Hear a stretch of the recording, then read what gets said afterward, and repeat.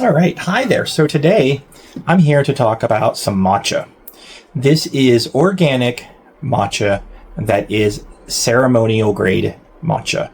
So there's several different types of matcha. There are premium culinary matcha, there's just regular ceremonial matcha, and then there is also the organic matcha. So if you're somebody who really likes to have organic stuff and you want the best of the best, this is it. So we're going to go ahead and open this up, go ahead and make a matcha and see what it tastes like. If you've never made a matcha and you're thinking about it, it's fairly simple. I do have a matcha kit that I have that allows me to make it in a sense of how you would normally make it if you were making it traditionally. But as you can see, this is sealed. I'll go ahead and open that. And this is a metal container, and that is what the matcha looks like. Very fine. It does come with a nice locking metal lid. You can keep these in the refrigerator. Is a good place to keep them so that they don't go bad. Once you open it, basically you have about 2 months to use it before it starts to degrade, I guess is probably the best way to say it. I'm sure it won't spoil, but you'll start to lose freshness. The smell of that is just absolutely amazing, especially if you are a matcha lover and you want this kind. So basically the process is you have a sieve, a filter if you will, to basically allow you to make sure that there's no clumps. So you go ahead and put that in there. I'm going to do a double instead of a single, and you get with the scoop should be around 2 ounces. It looks like I went over a little bit. Oh darn.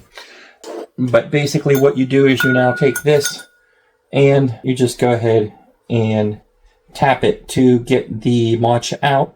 I like to make sure that the matcha is all over the bottom of the bowl so that whenever you pour in your hot water, you're not pouring it into a single area. And that came out almost zero chunks left in that. So I'm just going to go ahead and press my finger around and give that a tap so that all of the matcha is now through. All right. So basically you have this in the bottom of your bowl, very fine sifted matcha. I'm going to go ahead and reset this, and I'm going to check my water temperature. That is perfect. So you want your water temperature to be anywhere between 160 and 175 degrees. You don't want boiling water. I'm going to say that again. Do not use boiling water with your matcha. It will turn it bitter. That is one of the big secrets that I've found. So I'm basically doing ounces. So I'm going to go ahead and put 2 ounces in here. You want to pour it nice and slow so that you don't go over your 2 ounces. There we go. Perfect. So now I'm going to use this nice little whisk to basically whisk the matcha. And this is going to take a little while. It's not going to be really quick. Not too long. But the whole idea is that you're not only trying to, of course, mix all the matcha in, but you're also trying to basically open up the matcha so that it accepts the water and you get the full flavor of it. So the whisking is the way you do that. You can go back and forth, you can do little circles, you can do whatever you want as long as it gets whisked, and you're going to continue to whisk it. You don't really need to hold on to it too tightly, just keep it going.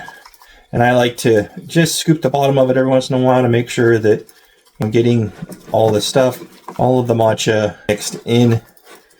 And again, like I said, you're not really trying to, how can I say this? You're not just mixing the matcha in, you're actually almost dissolving it in a way. And as you do this, you should start to see that the matcha should start to froth up. And then that's about whenever you know that you're almost done.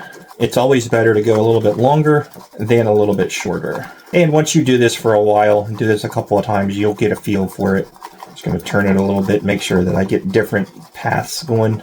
All right, I'm going to go ahead and put this back on here. And this is a nice little set because it actually helps to form your whisk so that it always stays the way it's supposed to be. And let me go ahead and show this to you. That is a nice whisked matcha. Smells fantastic.